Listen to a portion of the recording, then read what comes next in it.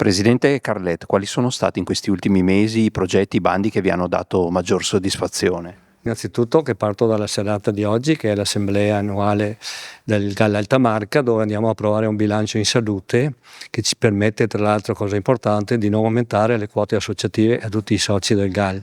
Poi,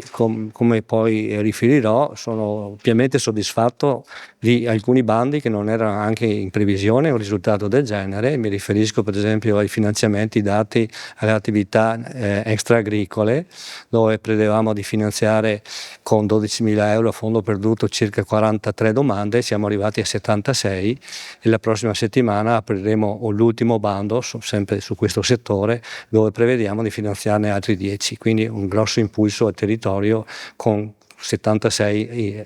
attività nuove. Non è da poco. E l'altro bando sicuramente che ci dà grande soddisfazione è quello sulla filiera del cibo, dove abbiamo messo a disposizione, aumentandoli naturalmente perché non c'erano, 345.000 euro che fanno nascere 4 progetti in tutto il territorio del GAL Alta Marca, con una sinergia importante che va a coinvolgere tutti, e sono progetti importantissimi per quello che io definisco i prodotti secondari, ma comunque importanti, perché se abbiamo un prodotto principe che è il prosecco, poi però abbiamo bisogno anche dei prodotti tipici, perché i nostri turistici ci richiedono nei piatti.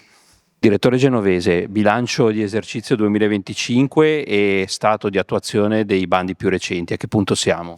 Allora, il bilancio 2025 è in linea con il 2024, abbiamo un valore della produzione di circa 460.000 euro e il bilancio chiude con un piccolo utile di circa 1.600 euro. Ricordo che comunque la funzione del GAL non è fare utili, ma far sì che il territorio colga le opportunità dei fondi comunitari, in particolare della programmazione LEADER. Ecco, quest'anno nel 25 siamo entrati nel pieno dell'attuazione del nostro PSL AMA e con l'ultimo bando che verrà pubblicato il 15 maggio abbiamo praticamente impegnato tutti i fondi, rimane una piccola economia di 8.000 euro non reimpiegabili. Siamo partiti con una dotazione spendibile sul territorio di 2.960.000 che sono diventati 3.400.000 grazie all'overbooking della Regione Veneto, che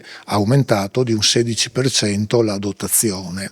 Con questo bilancio intendiamo anche prepararci all'appuntamento della nuova programmazione europea 2028-2034, che avrà la grande novità del fondo unico, che riassume sia le politiche di coesione che i fondi dell'agricoltura. E il GAL vuole essere proprio un'antenna territoriale per rilevare i bisogni e costruire anche una mappa delle necessità e delle progettualità da proporre nella nuova programmazione, perché alla fine le risorse importanti, straordinarie per progetti di sviluppo vengono da quel canale. Qual è il vostro rapporto di collaborazione col GAL?